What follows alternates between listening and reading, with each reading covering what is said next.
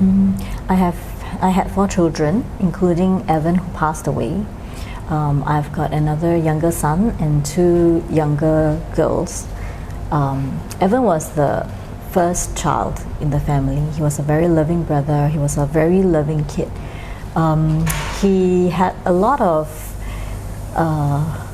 vast interests, I would say. He enjoys doing things like coding. He loves to draw. He loves to do magic tricks. He loves to perform for the family. He looked like he was a very jovial child, and in fact I would say in his younger days he was always the one who's making everybody laugh.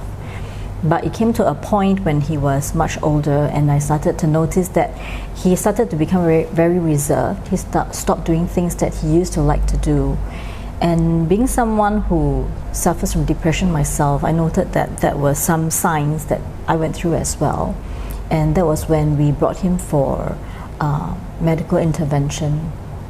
Well, I have 2 boys. I'm blessed with 2 boys. Zen, he's actually my oldest, my firstborn. I lost him when he was 1 month before he turned 18 in Melbourne. Yeah.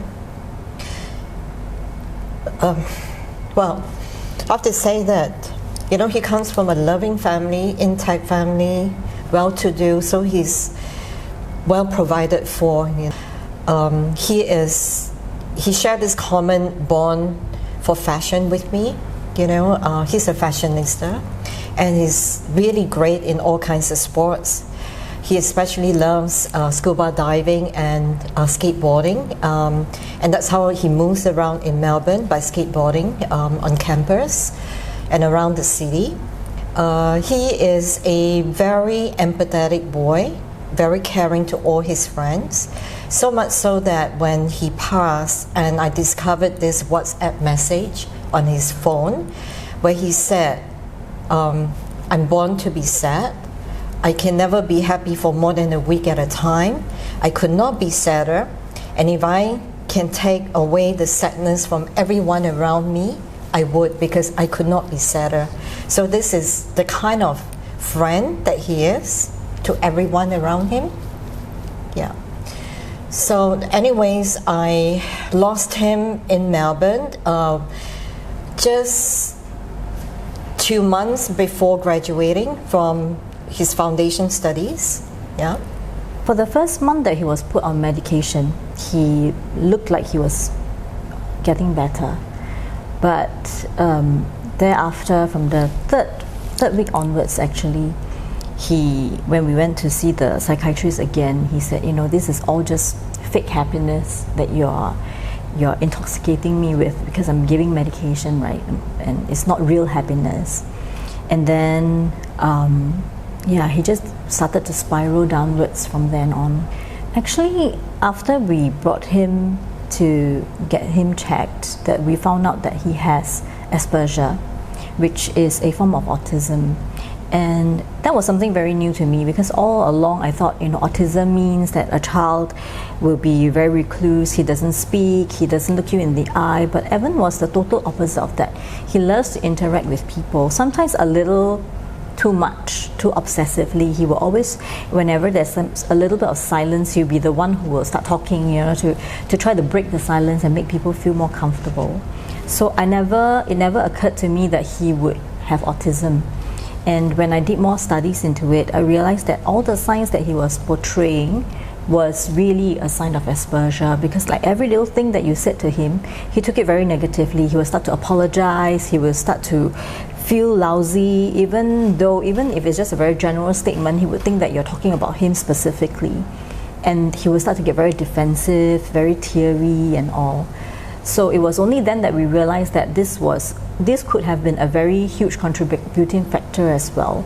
I mean, if based on this behavioral traits, right, if you were to go to school, and I'm sure among kids, you know, they joke, they tease, that would have been very traumatic for him. I think for Evan, right, he was a little bit advanced beyond his years, so he found it very difficult to communicate with his friends. So even at school, the teachers would tell me that he would rather sit with the teachers during recess to have his meal than to sit with other children because he feels that he cannot really communicate. So I think that's partly also because of his autism. Another factor that might have affected him was we actually moved to Melbourne for about 1.5 years, and we decided to come back. For Asperger kids, right, they have difficulties actually trying to adapt to changes. So moving back from Australia, where my sister and his cousins still live, and coming back here, I think that was a very, very huge shift for him. From a family of 7 children, now he's back to a family of 4 where he's the eldest, he has to take care of everybody. All this really made a very big difference to him. I think it was the amount of time he wanted to spend alone, and also even the things that he used to like to do, like going on holidays, staycations, swimming, all the little sports that he used to enjoy, he didn't like anymore. And he would always be the first person to initiate wanting to go home, and the moment he's home you can feel that he's a lot more relaxed, where he's in his own safe space. So I feel that he has become very recluse, and he just wants to be in a small safe space where he doesn't want to interact with anybody else. Well, actually, I would say Zen is the epitome, of what is not typical. Because he has everything going for him, right? And he has gone to great schools all his life. Everything that he ever wanted, he has it. So why? Why did he struggle with mental illness subsequently at the age of 17? I would say after his passing, I then realized, because I have so many cousins who came forward and shared with me that they themselves are struggling.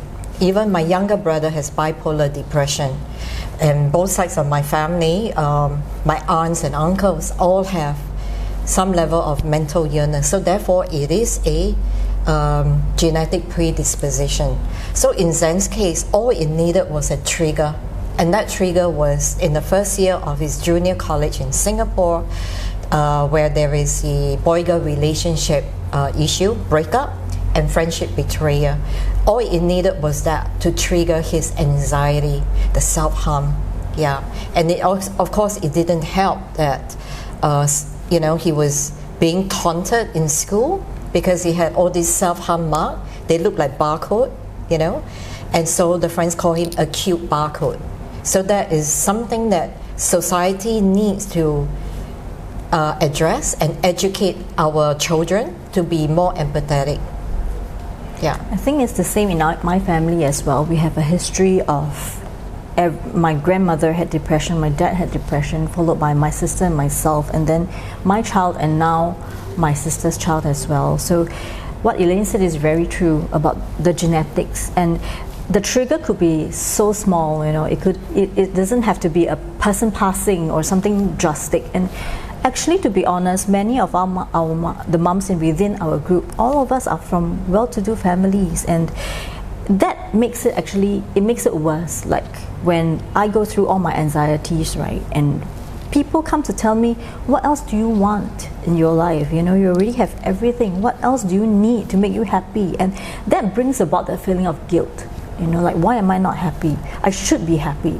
Why am I not satisfied? What am I greedy? Am I discontented? What is wrong with me? And all these questions start to bring you to a spiral, and you just feel lousy. Like, there's so many people who are suffering, so many people who are in financial difficulties. Here we are, we are retired and we are financially secure, very stable. Why am I still feeling so? So these feelings really contribute to, it's a lot more than just saying, hey, chill, relax. It's not just that, there's so many unexplainable emotions that come together when, the fact is you are living a very good life. Why are you still depressed? That is the question that we can't answer, and that is the thing that makes us feel even more lousy at the end of the day. Yeah, because mental illness does not discriminate against race, against income background, it's just like cancer. It does not discriminate. So why do we want to discriminate children who are struggling and start to label them as being weak or being spoiled. Just because we feel that, a lot of people feel that young children have no stress in your life, you haven't even started working and not facing the society yet, all you need to do is just go to school. Why are you stressed out? But that is on a deeper level, of emotional stress. It's not just the stress that we're challenged with on a day-to-day basis. I would say that our kids don't come from dysfunctional family, and yet we lost them. So I really hope to tell the larger society, and especially families, whether you're dysfunctional or not, you lose your kid. It has nothing to do with that. It has nothing to do with that. So don't feel guilty, especially for parents who may feel like maybe I have neglected my child and therefore I lost him. This group of mothers from Please Stay movement, I have to vouch for all of them. They're so caring and they're great parents, and yet we lost our child. We are not being discriminated. It can happen to anyone.